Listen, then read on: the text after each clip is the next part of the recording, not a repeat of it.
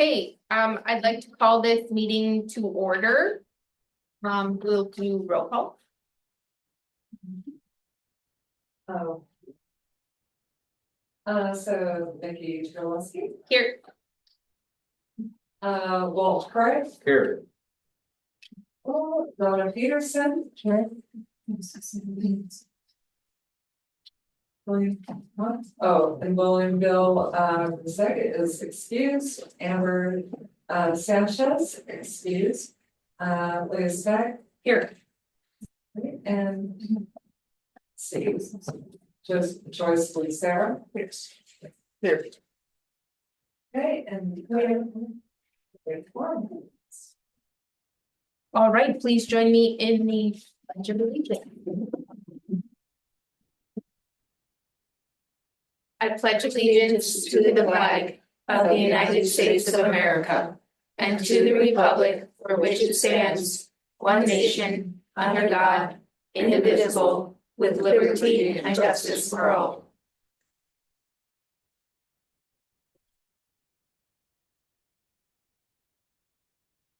The first item on our agenda is the approval of minutes from the regular meeting on October 22nd, 2024.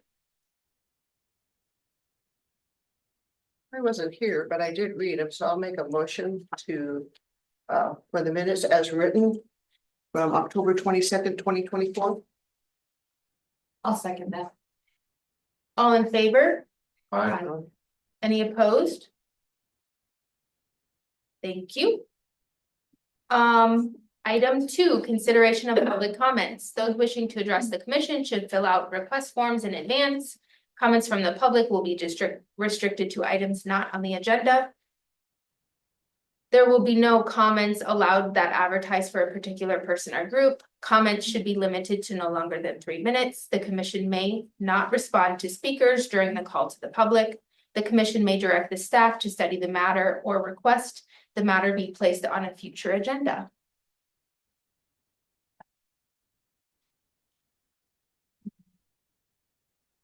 We don't have anybody signed up to speak today. Thank you.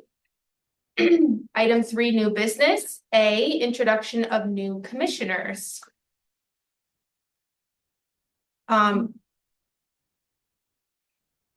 Introduction of Nikki Trelowski, it's me, Donna.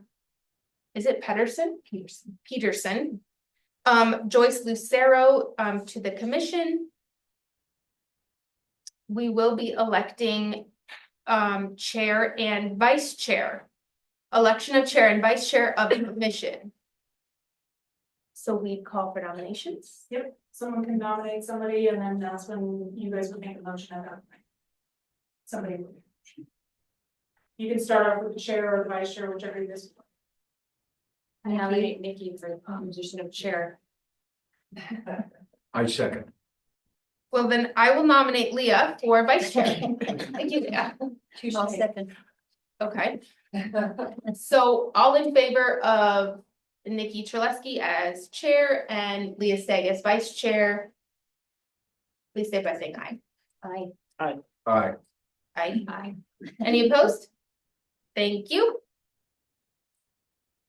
3C, the 2025 Preserve AZ Conference, a discussion on which Heritage Commission members would like to attend the 2025 Preserve Arizona Conference on May 14th to the 17th in Phoenix, Arizona.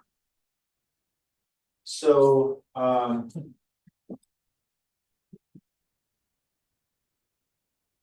Josh Noble of the City of Kingman, Office of Tourism, when we got the liaisonship of this commission, it was after we put in our budget request. So we're gonna need to go through and see if we can find funds to put in our budget in order to send someone from the commission to the conference, but we think it would be a very valuable thing to do.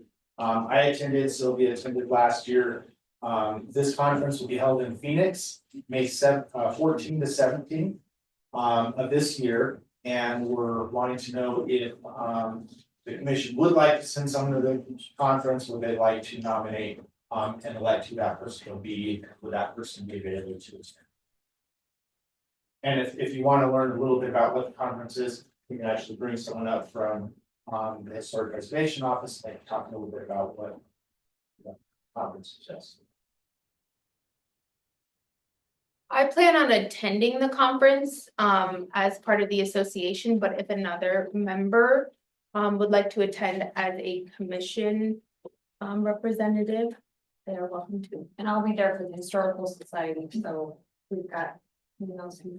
That gives you 2 members. That's good. Sounds good to me. You guys know what to do. I'll be, It would be a learning Spokane. experience. Yeah. Thank you, Josh. 3D, Hub's House water tank. Hub's House water tank discussion and possible action. I requested that this be on the agenda, just that I had heard that they were considering demolishing the water tower. And since it's been there from 120 to 130 years, I thought at least we should talk about it, what consideration there is. So I just asked that we take a moment, go through that. I think the walking tour today answered a lot of the questions. We had some good input from the representatives, and so there's some other ideas out there. How active is this discussion of tearing it down? Like, do they have a time frame that they're wanting to do that, or? I understood that there was a short time frame at the time that I heard about it. Josh, you probably could address that better. Yeah, so I received a call from someone in Public Works letting me know that we were planning on tearing it down. This was not last Friday, but the Friday before, within the next 3 weeks. And we asked them to hold off that full 3 weeks so that we can bring it to this commission and have some discussion on it and look into what we can do and have our representatives with the state office give us some ideas. Could we ask them to come up and talk about it? for a moment? Is If it a they're comfortable safety with it? issue that they want to? It Tear it is, down? it's become hazardous, the tower is leaning quite a bit to one side. You can see some of the support beams are falling. So something needs to be done to stabilize it or move it. Listen to. So the Hub's House is on the historic register or National Register of Historic Places. And that does include the water tank, correct? Water tank is mentioned on the application along with the house. The house was built in 1891. The tank was not built that early on. It was added sometime later. But still probably sometime around 1900. If something is on the National Register, can you just merrily tear it down? You wanna talk? Yeah, sure. Hi, I'm Eric Bondi, Preservation Program Manager with the State Historic Preservation Office. And in answer to that question, yes. It comes with no protections being listed on the National Register unless you're using federal funds or state funds. Our understanding is that's not the case here. It's city funds that would be used to demolish it, so they could actually just demolish it. We did have our architect come up and look at it a couple of months ago now with Public Works. There was no official reason for you guys to be working with our office, so it was considered non-mandatory compliance, meaning that you asked for our advice, she came up and gave it, which was that, yes, it can be torn down. It is a safety hazard right now. It will not affect the status of the house on the National Register. So it's entirely a city decision at this point on what to do. I'm just in some of the preliminary things I was going through in our archives.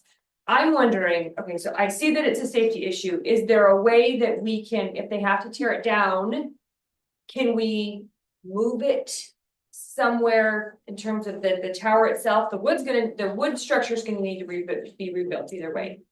Can we move it somewhere else? Let's say I have a gated area at the Mojave Museum that it could be stored until we can rebuild it. As the support beams for it. I mean, you know, it's a big deal for the Hub's House, but it was also a big deal for the water system here in Kingman. So I think I mean, is that even an option that we could do that? It's one of the things we discussed today was doing something like that, either keeping the tank itself. And either leaving it there, or moving it around here somewhere. Or whatever, or reconstructing what was there. It's kind of similar to something that happened in Clarkdale recently. Where they have a gazebo, which is kind of the center of the town that's in their main park. It's pretty much a reconstruction at this point. It's been it's open to the public, so over the years, well, we crawled under it and saw somebody had tried to set it on fire at some point, so there's lots of charred wood. So it was definitely a safety hazard, and they had gone I believe Bill Otwell was the architect who went through and replaced everything, basically stripped it down to its studs, and now it's mostly a reconstruction of what it originally was. So that is an option for the water tower. I know we obviously have current documentation of what it looks like now, and don't know if we really have any photos of what it looked like when it wasn't cleaning, but yeah, that is an option. And one other concept that was discussed was just removing the wooden part and placing the tank directly on the foundation. We can take measurements of the wood, so if we want to rebuild that at a later time, we've got all of the plans back. Now, Josh, didn't you say today too that you used to have the windmill on that same structure? That's the way it appears in the pictures. There's a picture of downtown that was sometime between 1896 and 1907, because we can look at the other structures in the picture and narrow down to that time frame, and you can see that the windmill is located. It's a component of the water tank structure, as many of the windmills were at the time. Yeah. There is excuse me, there is another windmill, another one of those tanks in town. I mean, it's actually in town. What is the status of that tank? Who owns it? It's a private property. I don't know what the status of the tank is, but you're correct. It's located on 2nd Street, just west of you. I saw in the historic buildings site too that talked about one that was on the corner of 5th and Spring.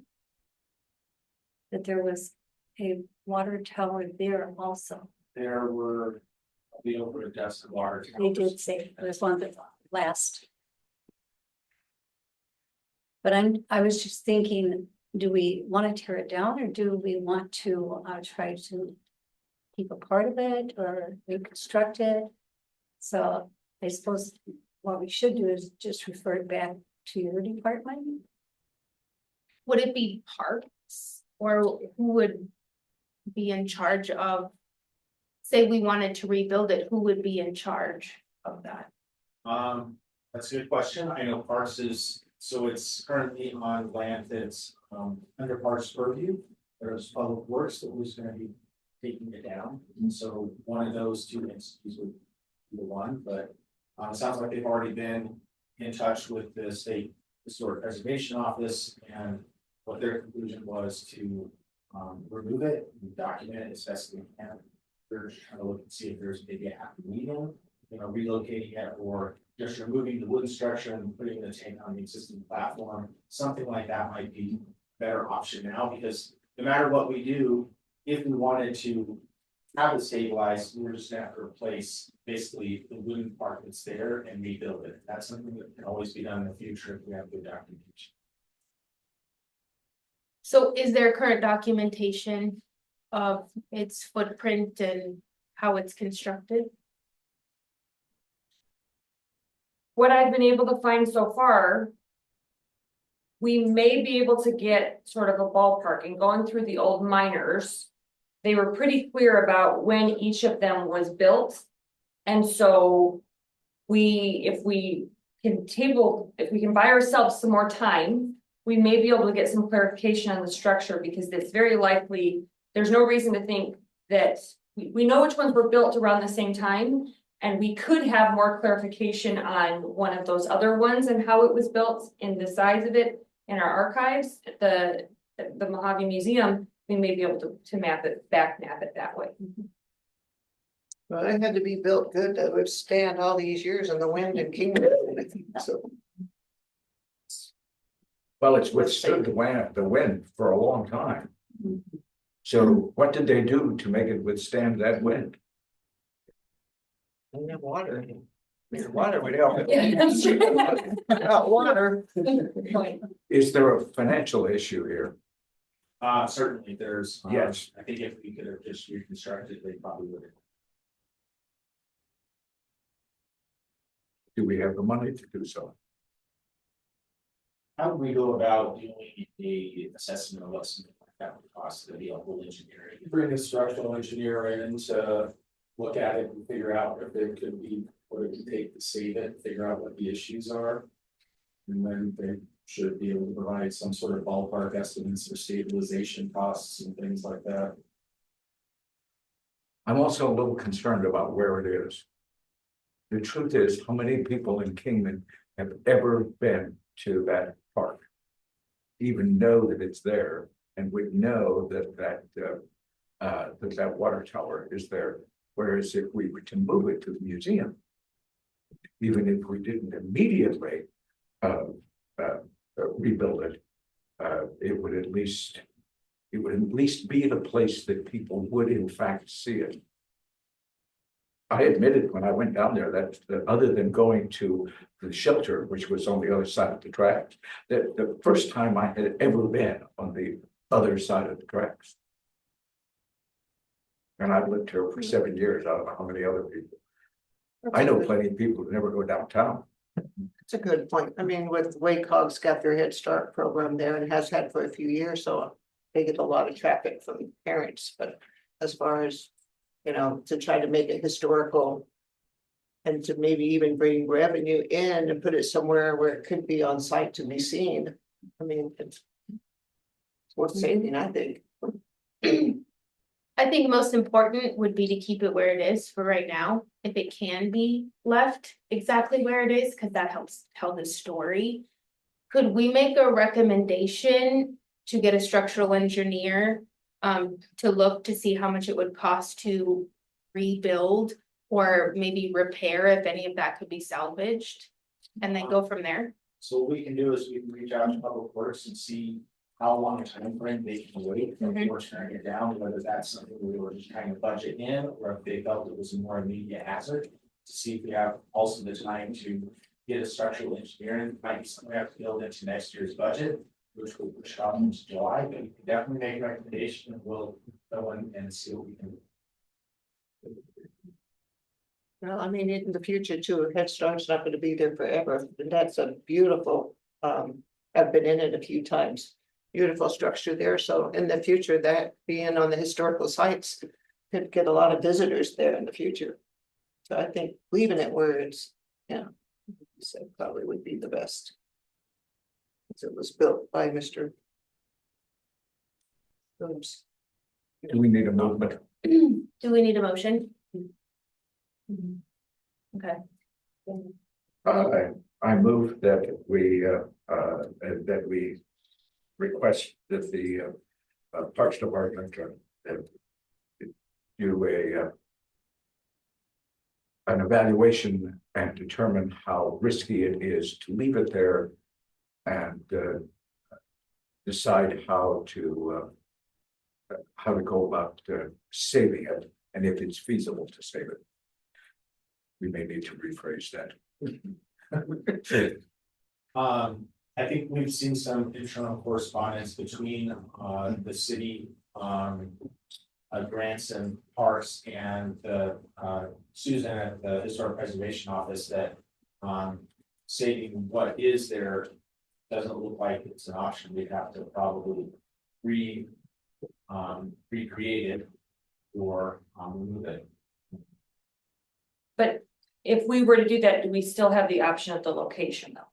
Right. Okay, we still have the option of the location is fine, so if we had to temporarily move the tank, we could move it back and rebuild it.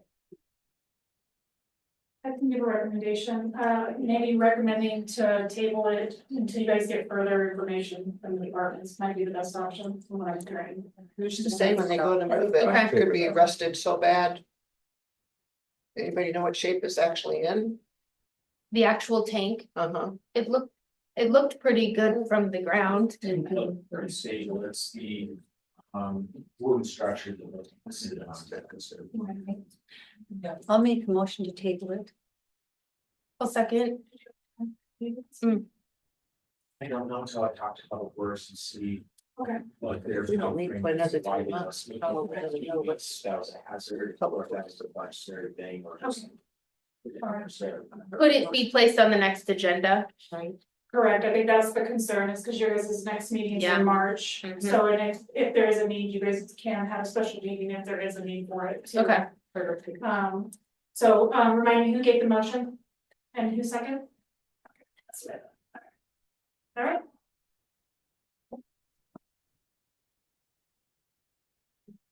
Okay. Item 4A, annual open meeting law parliamentary procedure training. City Attorney's Office will review the role of the commission and deliver training on open meeting laws and parliamentary procedures.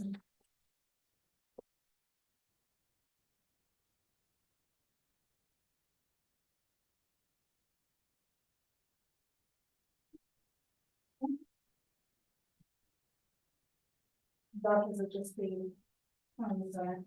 I think it's there's 2 arrows. Yep, Yeah. just want to make sure. All right, my name is Tanya Ferguson. I'm not with the city attorney's office. I'm the deputy city clerk. I'm just filling in because we had to move the meeting today, as you guys all know. So I'm gonna provide you some open meeting law basic training. I know you guys got it a few months back, but we have some new commissioners, so we just want to make sure everybody understands. Okay. No?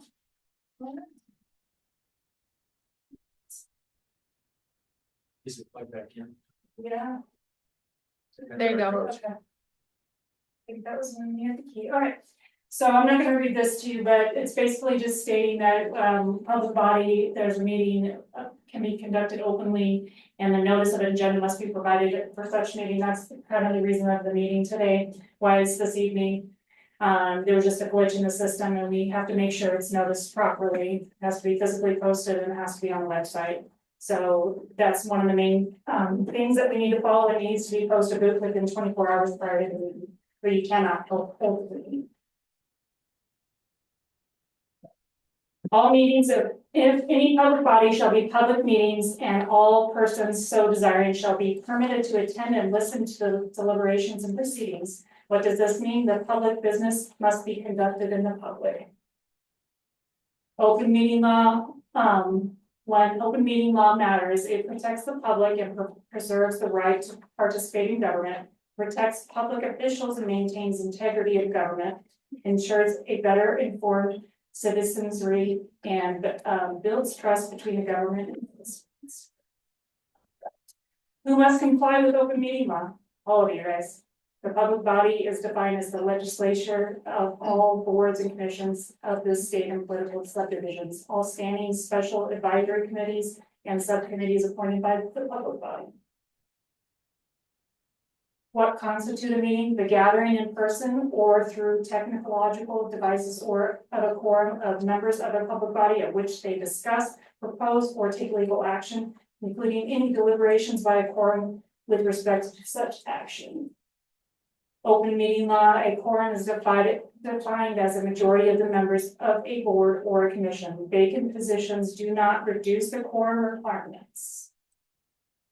So I know you guys, now we have a full commission, like right now we have 2 vacants, or 2 that are absent, that doesn't matter. So like, let's say we have a commission that has 7 and they have 2 vacancies, so like our Plain City Commission, it doesn't reduce the quorum requirements at all. What constitutes a meeting? Technological devices include email, website, LinkedIn, Snapchat, all the things that most people are using nowadays. So we advise you not to share any group emails, because if you share emails and it can be a quorum issue, and we do not want to have that in the open meeting law violation. Elected officials should refrain from sending emails or electronic communications to a quorum of members of the public body in order to avoid serial meetings. Don't propose legal action to any members electronically. They suggest you reaching out to staff members, which would be Josh or Joyce. Refraining from using electronic communications to discuss with members, matters likely to come before the public body for action. Splintering of the quorum.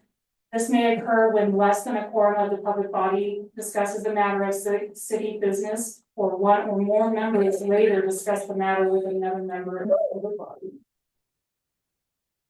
Informing the public, no meeting may take place, just like I talked about, less than 24 hours notice to the general public, each member of the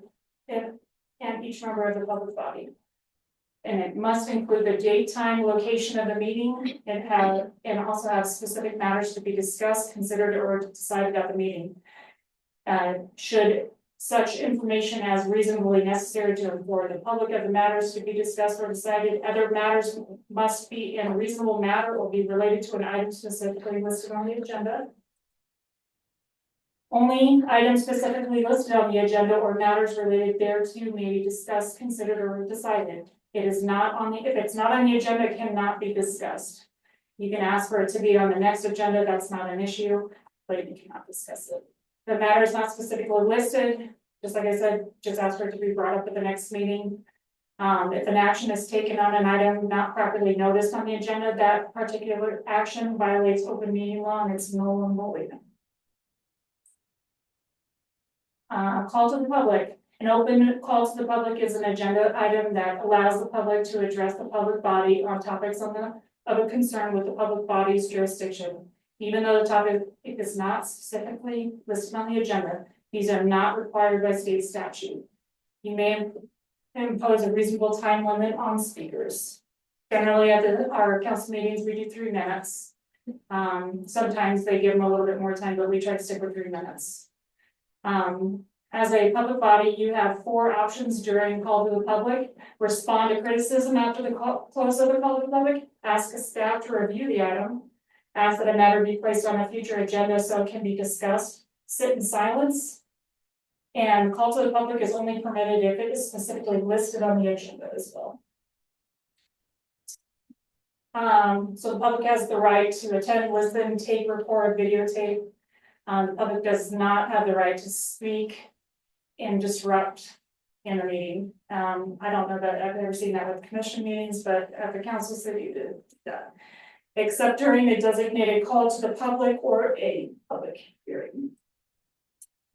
Sanctions for violations. If a public officer knowingly violates open meeting law, the court may impose a civil penalty. This penalty can be imposed against each person who knowingly aids, agrees to aid, or attempts to aid in violating open meeting law. If a public officer knowingly violates the law with the intent to deprive the public of information, the public officer may be removed from office and ordered to pay attorney's fees. All legal action done by any public body during a meeting held in violation is null and void. Conflict of interest. It is legal to fail to declare a conflict of interest under the Arizona law or to participate and otherwise be involved in discussion on issues or contracts where such a conflict exists. This covers all public officers and employees of incorporated cities and towns. This also applies to private interests of public officials or employees' relatives. They always suggest to find out ahead of time if you have a concern that you may have a conflict of interest. You can always reach out to either the city attorney's office or Annie or I. We can help with that. A conflict of interest will result in an officer or employee of the city or town or relative of an officer or employee is involved in substantial ownership or salaried employment with a private corporation doing business within the city. A public officer or employee may sell equipment, materials, supplies, or services to the municipality only after public competitive bidding. Remote interests are so minor that you do not constitute illegal conflicts of interest. If you have only a remote interest in the matter before the public body, then you can invoke and participate in the discussion. Remote interest. I'm not going to read all this. This is reference to the statutes, which you'll find. I think he provided this to you guys. If you haven't, we can always send this to you as well. Remote interest, same thing here. More statutes. Carl likes to involve a lot of those. He doesn't generally read them either. And it refers to the statutes we've referenced to. And he mentions that if you have any questions, to always reach out to either Annie or I or their attorney's office. Generally, we speak with Carl, but Annie or Amy's. Basic parliamentary procedure. It is a set of rules for conduct at meetings that allows everyone to be heard and to make decisions without confusion. Why is it important? Because it's a time-tested method of conducting business at meetings and public gatherings. It can be adapted to fit the needs of an organization. It's important that everyone knows the basic rules. Obtaining the floor, wait until the last speaker has finished, address the chairperson, wait until the chairperson recognizes you. When you make a motion, speak it clear and concise in a concise manner. The main thing we've been having issues with is make sure you use your mics when you do have mics. Right now, we don't have them right here. Make sure they're on because we have to go back to the audio, or like if I'm listening in on YouTube or I can't hear you guys, and that's an issue with open meeting law. Always state a motion affirmatively, say I move to, or I move that we do not, wait for someone to second it, and another member will second the motion, or the chairperson will call for a second. If there's no second, the motion is lost. All right, the chairperson states your motion. The chairperson will say that it has been moved or seconded, and that does placing your motion before the membership for the consideration action. The membership then either debates your motion or may move directly to a vote. Putting the question to a membership, the chairperson asks, are you ready to vote on this question? Or is there more discussion and a vote is taken at that time? Parliamentary procedure is the best way to get things done at your meetings, but it's will only work if you use it properly. Allow motions that are in order. Have members obtain the floor properly, speak clearly, concisely, obey the rules of debate, most importantly, be courteous. And that is the end of my presentation, or the city attorney's presentation. Anybody have any questions for me? No question? Thank you. I know it's a lot. But if you have any other questions, you guys can always reach out, just like I said, because there's some things will come up at a potential meeting.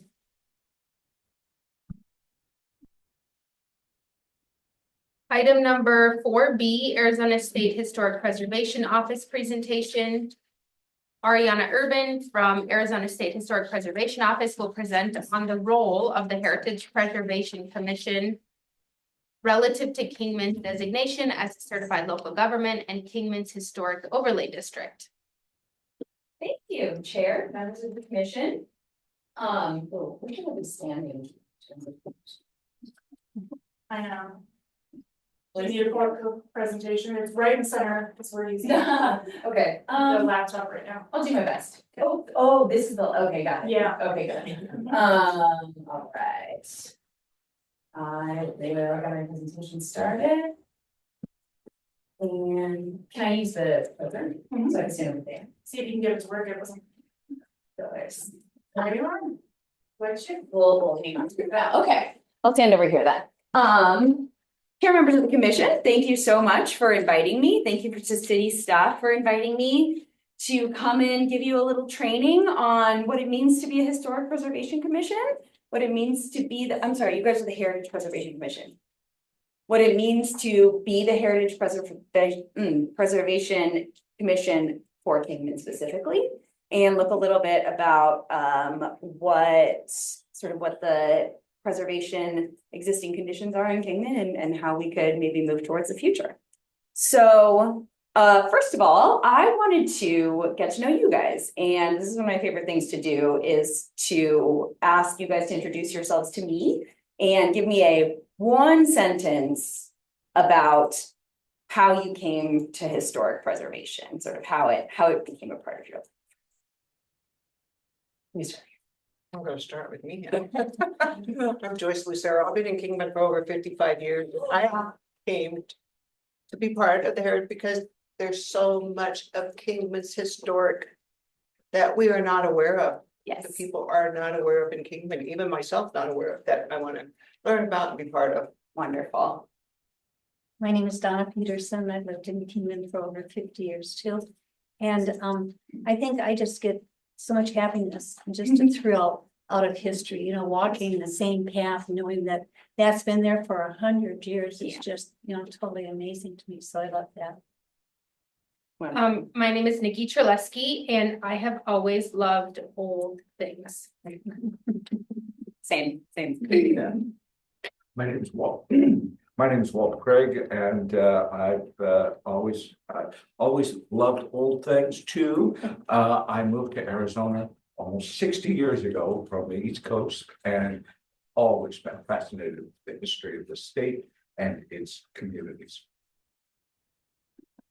I'm Leah Stagg, and I think that my favorite thing about this is the easiest, I think that the best way to get people to connect with their own history is to be able to be in something physical, physically touch something, to be able to go someplace where history happened and is happening, and then it feels very personal.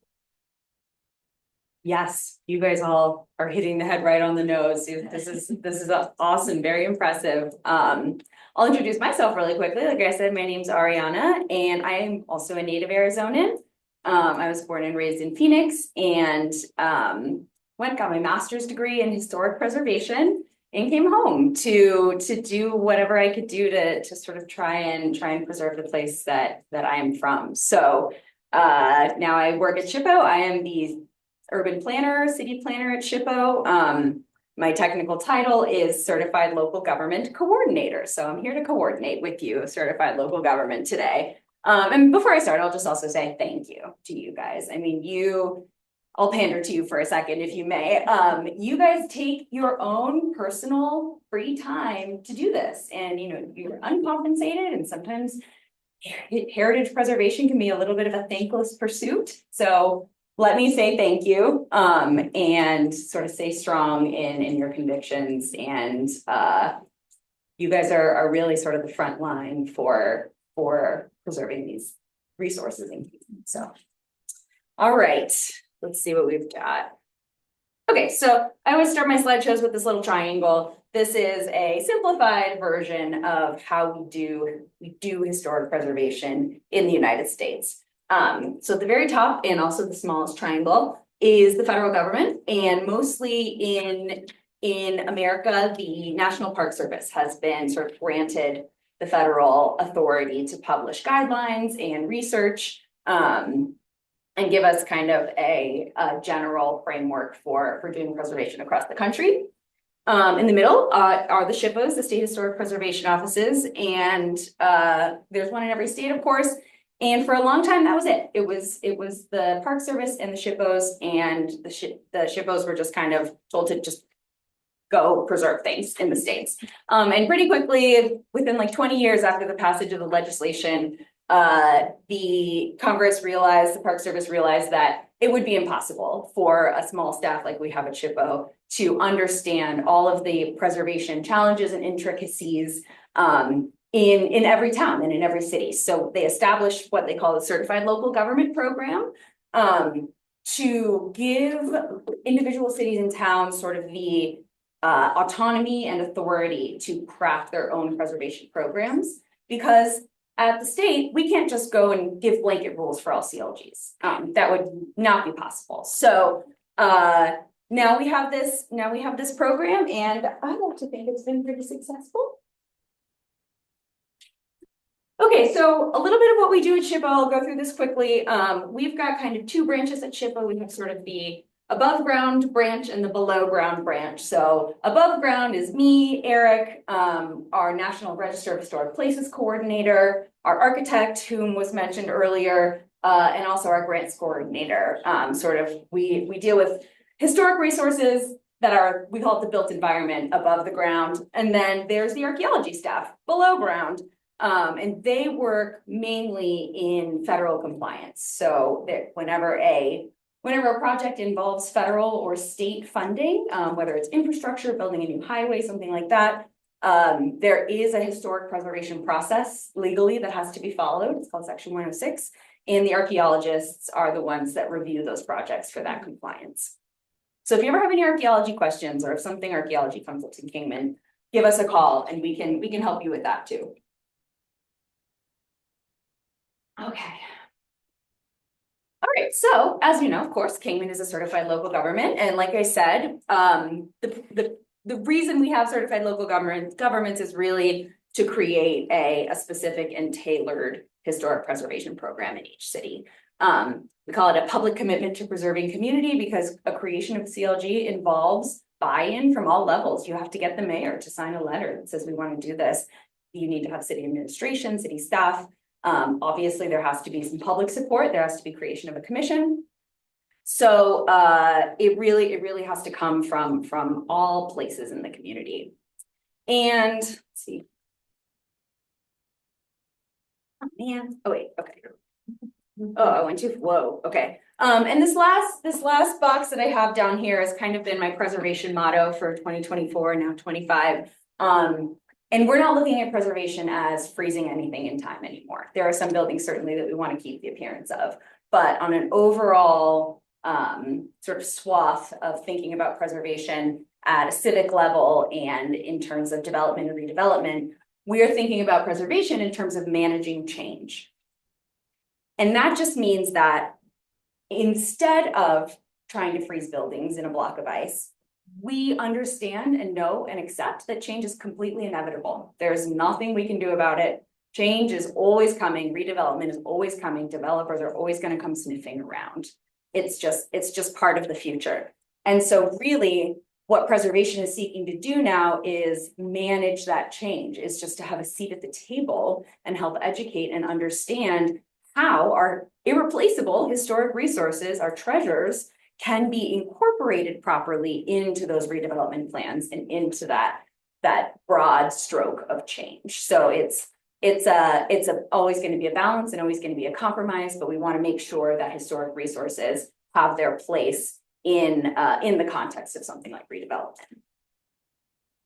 And I just like this slide because it shows you what good company you're in. These are all of our CLGs all across Arizona, and it also kind of speaks to the diversity of places that we have in Arizona. I also am fascinated with the history of every town and every place in this state. And I have the best job in Arizona because I get to go around and visit them, I think. Nikki's probably second to your job. But it's wonderful. Places like Nogales and Scottsdale and Wilcox and Williams and Kingman are all sort of in this group together. And we know how, hello, council member. We know how diverse all these places are, but they've all, like I said, recognized and supported their historic resources. And we've got quite a few other CLGs in the works right now. So this is exciting time. All right, so very basically, these are what I call the building blocks of being a CLG. These are the requirements from the National Park Service that a city has to fulfill in order to become a CLG. You guys have already done all these things, of course. You've got your Historic Preservation Commission, which is here. But an umbrella over all of these is the zoning code, or the chapter in the ordinance, the city code, that addresses and speaks to historic preservation. You guys have got that, of course, also. That includes also we say survey of historic resources. I like to think of it as an understanding of what resources there currently are and what conditions they're in. And then of course a process to designate those resources and a public participation process. And you guys are checking all those boxes. So I love to see it. Oh, and so I went to your historic preservation code and I read it and was really impressed, like really impressed. And I don't know how recently it's been updated or if it has been, but a couple of these things really stood out to me. And so I just wanted to kind of highlight your highlights, your sort of best practices in your preservation code. So, and these are things that we generally don't see in other places. So especially when anytime there's unknown or undiscovered conditions, the work has to stop. And that is certainly not something that happens usually. If it does, it's only considered on city land. But here, you've got any undiscovered conditions, work has to stop. 51% consent clause for new historic overlays. Oftentimes we see a supermajority, a 75% or even a 100% owner buy-in in order to create a new historic district, historic zoning district. but you guys only need 51%, which is great. This is amazing too, required design guidelines for each new preservation overlay zone, like. Having district specific guidelines is not something that hardly any other cities in Arizona have. And so, you know, whether you have these or whether they're maybe in the works one day, it's great that they're codified. We were actually just talking about historic sign procedures, and I guess it's already in the code. And that's great. We should look a little further in this, because during our tour this morning, I was speaking with Josh and just sort of in awe of all of your amazing historic signage and really, really pieces that are worth looking at preserving. And this is also great in sort of as a result of the first one to have these cultural resource studies done as a requirement to investigate the potential impacts and how to potentially mitigate any adverse effects to historic or archaeological resources. This is kind of what I was excited to show you guys. So I went to the webpage for the Heritage Preservation Commission and saw this right on the front. And these are the rules, we can kind of call them little bylaws, that you guys have for how to operate and what your powers are. So we can just go through them.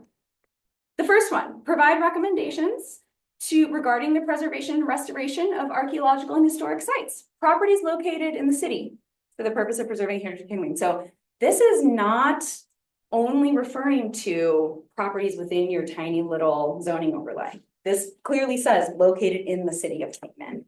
So you have the power to make recommendations, provide input, study any historic property in the city of Kingman that you might consider important in terms of preservation.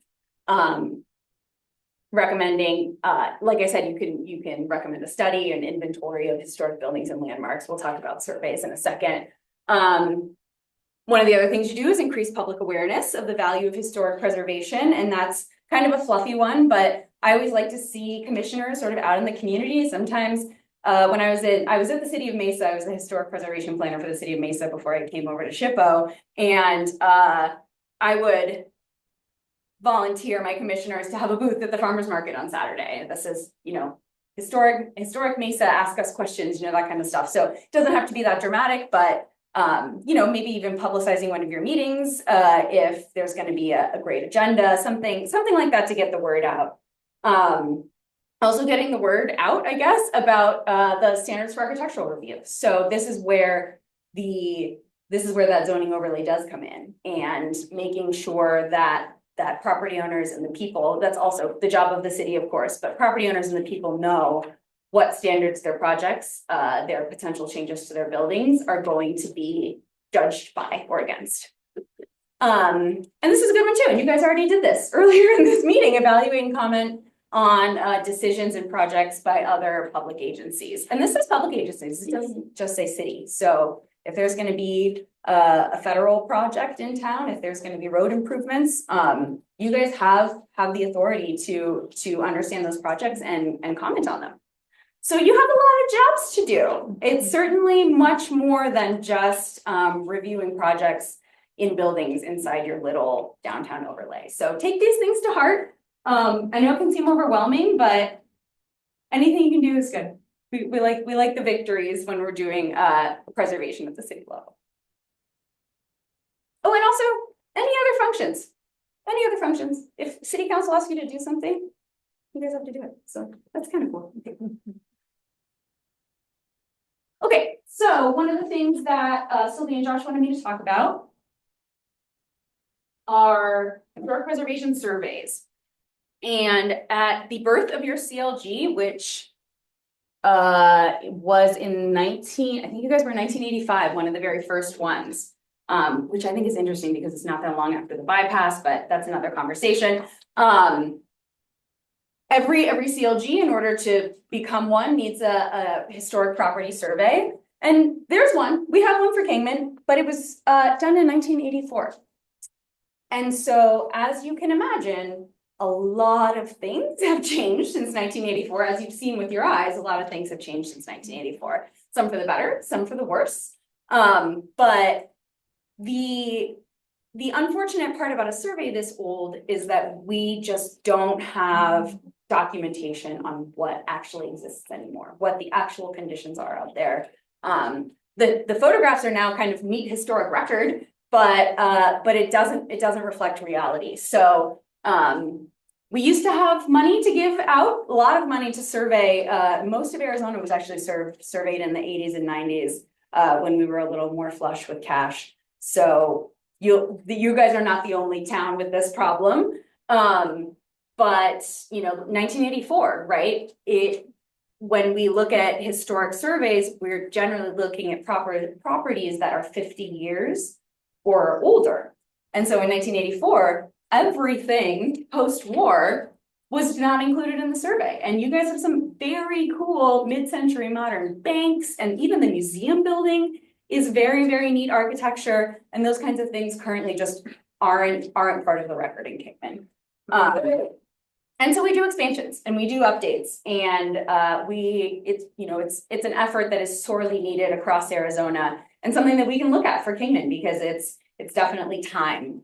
And truly my favorite part about surveys is how we can use them to understand development patterns, historical development patterns. So Josh was speaking with me earlier, and we were in the little 1950s part of the museum upstairs. And I said, yeah, there's all these buildings from the 1950s that are historic. And he said, oh man, that's a really good point. Like, when we look at historic preservation in Kingman, it's not just a lump of historic buildings. It's not just, oh, here's the old buildings. There's different eras, of course, of old buildings. There's, territorial era buildings, and of course your Main Street, and, of course, the residential communities. And then, like I said, the post-war infrastructure that came in when the GIs were coming home with a little bit of cash.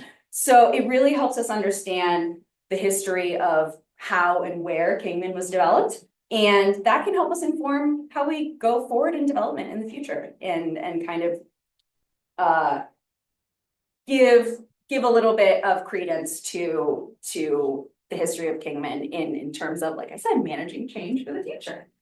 That one worked out. So yeah, the purpose of these surveys really are to locate altered and demolished properties. So of course we know we've lost some buildings, and it's super important to know where those are. And then also, of course, these buildings have changed over time. Their facades are going to look different sometimes since the mid 80s. So we want to understand that. It's a group effort. It's going to be an effort between staff and you guys, commissioners, me at SHPO. Likely we'll ask for some volunteers, and if there's the funds, perhaps a consultant to sort of organize everything. This is not a slow thing. It can take 2 years. We like to think it's sort of a 1-year effort. But it takes time. It's not fast, and you guys actually have to formally recommend for a survey to proceed. So that's on you to discuss and sort of figure out when and how you would like to make that recommendation to proceed with the survey. And we do have some funding for you. It's just a little different than it used to be. And we do it this way. Today was an interesting day. I don't know if you guys had kept up with the federal funding freeze that our new president has implicated upon spending in all federal agencies. It was a very confusing and scary day for us, I'm sure for you.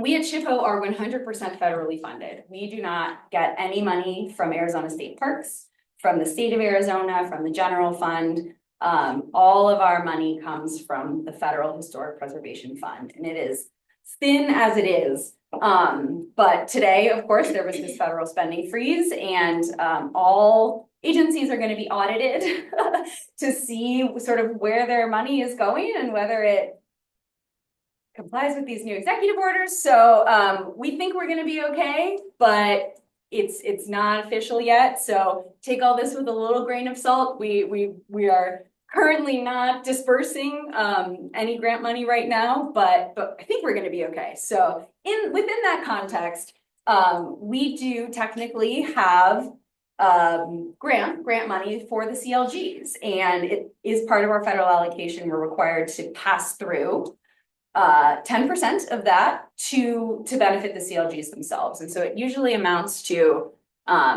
about $100,000 a year, and we kind of break it down into 5 $20,000 grants. So the trick is that these are grants just for planning projects, and we can't use these for bricks and mortar construction, unfortunately, but we can use them for preparing for bricks and mortar construction. If we were talking about the Hotel Beale today, if the city would like to apply for a grant on behalf of the Beale owner to get an architect and an engineer to do a formal survey of how bad a shape the building really is in, and what are the structural conditions and the architectural conditions, and what it might need in order to bring it back into service.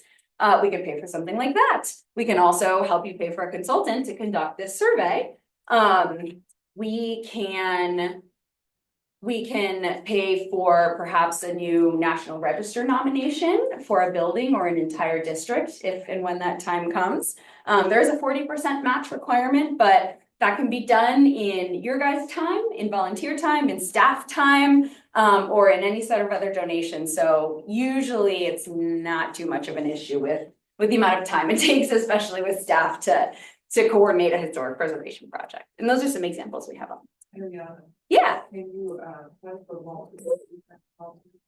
No, it's yeah, no, you can, as long as it amounts to $20,000. There's no, is that not true? No, Oh. you can apply for You're right, sorry. multiple grants Yeah. at this, in the same grant cycle. Yeah, But if, would say which one's your preference in case we Mhm. run out of money, because we're going to spread it out amongst as many communities as possible. yeah, Sometimes that doesn't matter. We can give multiple grants to the same CLG. It just depends on the Mhm. year. okay.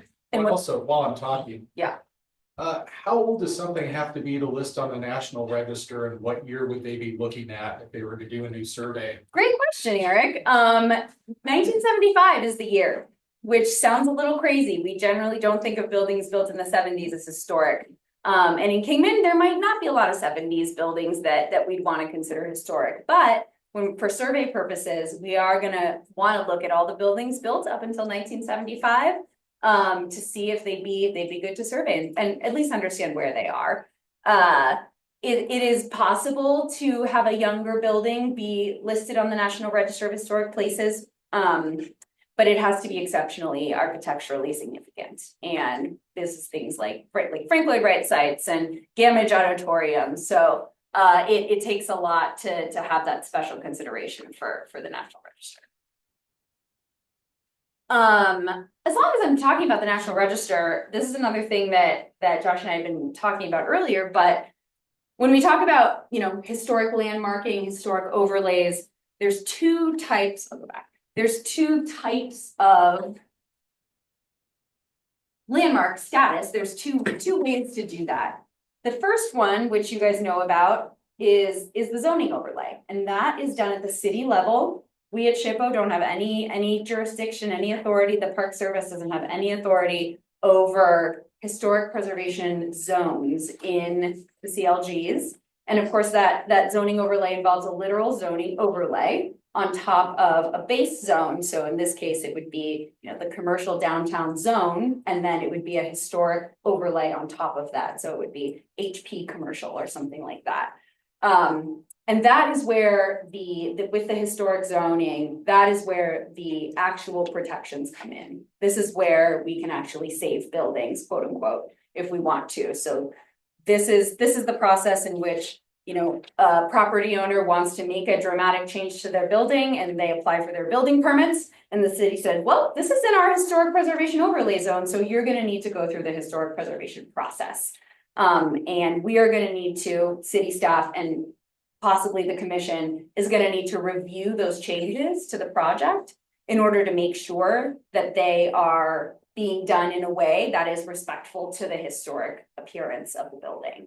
And that you guys get to decide. You guys get to decide what scope of projects is appropriate. We call it certificate of appropriateness. What scope of the project is appropriate, how many changes someone can make to the outside. And that's why the commission is staffed with sort of experts and appreciators of historic buildings, because you guys know what they're supposed to look like. You guys know what they're supposed to feel like. And if a project is going too far, you guys get to have a say in that. So that zoning is really important. It's really quite essential to the historic preservation local municipal process. There's another kind of landmarking, and that is with the National Register of Historic Places. And that is a program administered by the Park Service and SHPO. And that involves a survey of a building and demonstration that the building is significant enough to be considered, one of the nation's places worthy of preservation. That's the definition of what the National Register is. So it's a great honor, but it's just that, it's an honor. The National Register is an honorific designation, and it does not include any property protections. So, like someone asked earlier, the National Register, you can nominate your building and get signed on the National Register and demolish it the next day. And it's a shame, but that's how it was designed, that's how the federal laws were designed.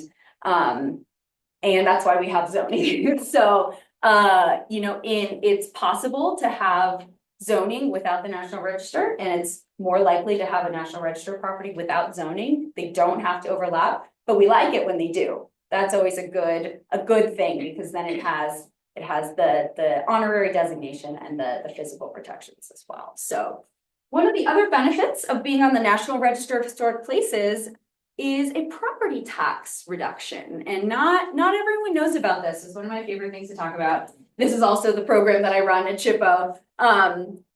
And it involves taking National Register properties. The more popular one is the residential program. It involves taking the National Register listed residential properties, and it is truly a reclassification of your property just from primary residence to historic residence. And it's reclassified with the county assessor, the Mojave County assessor, to record your property as historic. And what that means is generally about a 50% reduction in your property taxes. So that can be significant, at any level of property that can be significant for a property owner.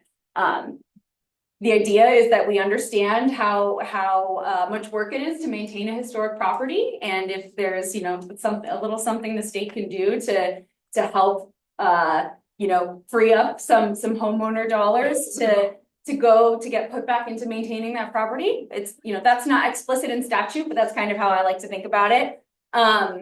And the catch is that, sort of like the review process that you guys go through, if you do want to make any exterior changes to your home that is registered historic with the county assessor, you have to show me your drawings first.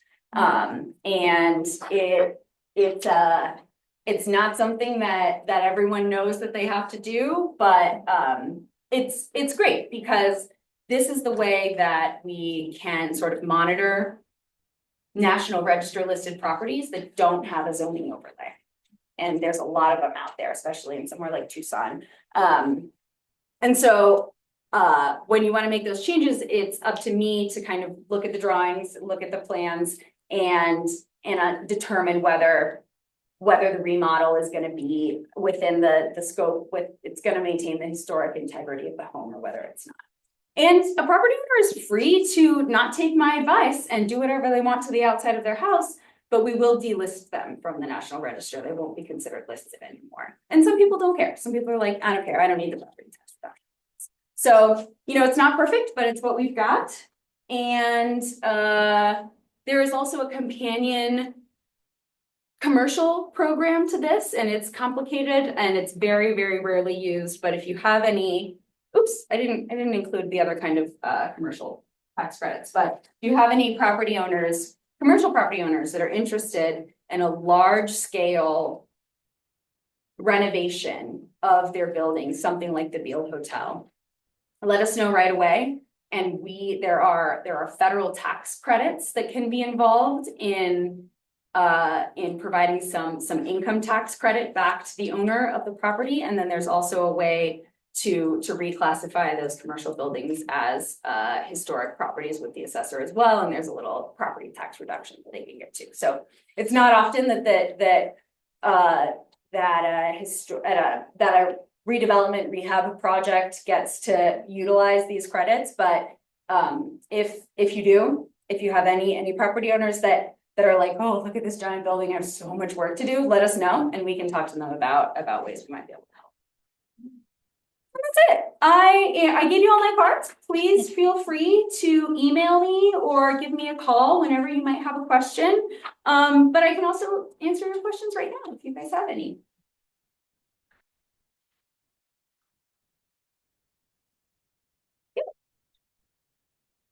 Okay. Sure. What other, topics can you come back? Oh, thank you. Thank you. Okay, so please also, I do want to formally invite you to the Historic Preservation Conference. What Eric didn't mention is that I do a training every year for commissioners all over the state and city staff members from all over the state. And we call it CLG training. And it focuses on sort of one topic, one area of CLG life and what it takes to participate and run a CLG. This year it's going to be on design review. So we're really going to get into the weeds on what changes are appropriate for historic properties, which ones aren't, and we're going to have a lot of fun discussions about what the gray areas are, and how to talk to property owners about it. So please come. It's a fun time, and if the city is not able to cover the cost for you to send you guys, it's amazing that both of you are already going to be there. I love that. We do have registration scholarships available for commissioners that attend the CLG training. So it's a half a day before the conference starts. And just keep that in mind. If you guys are interested, have Josh and Sylvia reach out to us, and we might be able to help you with your registration costs. So, oh, and also, I can come back. This is just my first time here. I know you guys have just kind of restarted again, and that is so wonderful. I was thrilled to just kind of get a cold email from Sylvia saying, hey, we're doing this again. And it was wonderful, and I'm so happy to be here. But this was just my introduction, right? If whatever topics you guys might need a little more training on, whether it's, I can come and do a design review training, whether you want training on the National Register of Historic Places, or we can come and do a zoning workshop. Anything you guys might want to learn more about, I am free and happy to. It was literally my job to come back and do that for you. So thank you so much for listening. I appreciate it. And I look forward to this again, you guys. Thank you so much. Thank you. Thank you.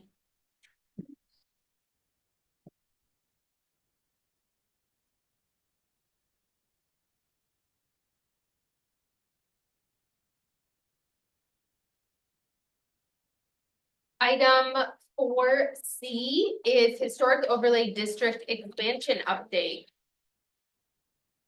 Historic Overlay District Expansion Update. Yeah, well, Ariana covered quite a bit, so I don't have as much to say. That's okay. I'll just give you a brief summary of what I got. So as most of you know, before I came to economic development, I was in planning for 9 years at the city and another 9 at the county. So I worked with Historic Preservation Commission before this round. And so it was nice to go back and dig into some of the resources we used to have back then and look at some of the older maps. And I was able to find, one of the original historic overlay district maps that you're seeing right now. And as you can see, and as we know, it's a small area. It is. And so really the district boundaries were originally established in 1986, which kind of falls right after the last record you had up there. So it does seem to be around the same time. It extends from the powerhouse to the train depot on the south side of Andy Devine, and from 1st to 4th Street on north side of Andy Devine. And as you can see, it goes down the alley more so it's a very small strip. And no changes were made with this most recent zoning code update that we just completed, and actually it was adopted in November of 2024.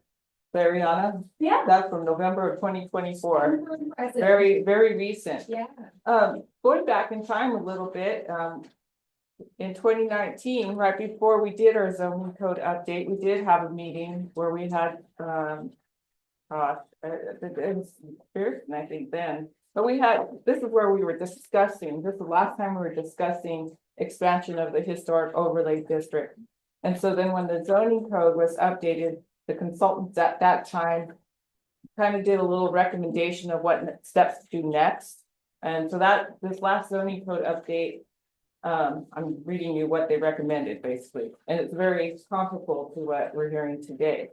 So really, the consultant identified the need for a new context study prior to any HOD expansion or additional historic districts. Previous study to establish the HOD was done in the mid-1980s and is out of date. Context study is needed to establish the rationale for possible expansion and to help suggest appropriate boundaries for the HOD. The city will need to hire a consultant who has experience in the area to conduct the work. There could be grant money available to assist in the cost. A consultant emphasized the need for a citizen champion, so that's seeming to motivate the expansion. And need to seek more property owner input and acceptance. And really, that's where we landed, and that was back in 21. As far as the cost, like what grants may be available, kind of touch base on that. But then also, Eric and Ariana, about how much approximately would it cost to do a survey? Like, that might be good information. So there are surveys being done for the $20,000, but depending on the scale of it, it may have to be phased to do like, you know, the immediate downtown area in one phase and then, you know, more newer areas in a different phase or something like that. But yeah, we just completed one in Warren, which is an area in Bisbee. That was an update that was done for that amount for 20,000. And then they're doing the National Register nomination in a second phase of that. So then as we identify where these historic properties are, this would be a grouping downtown that you may want to expand your historic preservation district in, correct? And then there could be the landmarks, correct, throughout the city. So it's not just downtown we're looking at, it's downtown and beyond. It's for the city that we could do. And so really, that's where we stand at this point. You know, there's really not an update plan because we really need to do the first step. And that's probably what would be discussed now, and maybe you want to have discussion on that part. Do you have any questions for me? Like, I'm speaking, so is there, Josh, is there anything further you want to do, like, maybe just check into the cost? Does the commission want to do that? Our budgets. Yeah. Okay, Commission wants us to do that. is that something you'd like to see? That's probably what I'm thinking, I'm trying to ask. I think I would definitely like to see the inventory updated. Yes. If we really need any motions on that, maybe we have a motion. Okay, would someone like to make a motion? I make a motion that we do an update of our landmarks and historic places in Keene. I second. Okay, all those in favor? Aye. Any opposed? Thank you. Yep, I'm up for the next one. Oh, As long as it's not here. okay. 4D, Historic Overlay District Building Permit Activity. Update on building permit activity within the Historic Overlay District since last Heritage Commission meeting. For informational purposes only. Correct. So as requested, we did check with the planning and zoning department. There was actually no permits processed during this time period. But we're gonna do this on a continuous basis. So that every meeting will probably just report back to you if there has been any activity in that district. And as well as if anything needs to come to you, and we will make sure it's on the agenda. But this time there was none, so Thank you. that's all the report today. Perfect. Thank you. Item number 5, announcements by commission members, limited to announcements, availability or attendance at conferences and seminars, requests for agenda items for future meetings, and requests for reports from staff. No discussion on any of these items. I wanted to bring up something that we may want to discuss in the future. You have the documentation. Do you want me to read it or you just have it in them. Basically, this was a matter of questions raised for Kingman from the LA fires. I read an LA Times listing several places of historical interest in LA destroyed in recent fires. There were several, including the Will Rogers Ranch, the Zane Grey Place in Palisades, the Andrew McNally home. The McNally in this case is the guy who was the McNally of Rand McNally in Altadena. Hearing about Zane Grey reminded me that in 1990, a fire in the Payson area destroyed the cabin in which Zane Grey wrote many of his Western novels. Unfortunately, despite being a very small community, a surprising number of people in the Payson area did not know Zane Grey had lived and wrote there. Fortunately, a foundation was created to rebuild the place, and it is now open. These losses, and there were several more, were tragic and largely irreplaceable. However, it is not the function of this commission to protect those places we designated having historical significance. Neither is it our mission to inform people of what is here. These two responsibilities lies elsewhere. My purpose in mentioning both losses is to inquire about who or what organization or entity is responsible for the protection and identification of the places about which we make a preservation decision. We want those places we preserved to be protected and the public informed of them so they can visit and or learn of their significance. How do we ensure that the right people know about what's happening? So that is an item that we may or may not wish to put on the agenda in the future. And we're not allowed to talk about it. Thank you. Any other announcements? Okay. Requests for future agenda items or updates. Do we want to put a discussion of protection of historic items on a future agenda? Let's do it. Let's try again. Do we have to have a motion for that? No. Okay. Any other requests for future agenda items? Okay, hearing none, can I get a motion to adjourn the meeting? I so move. I second. All in favor? Aye.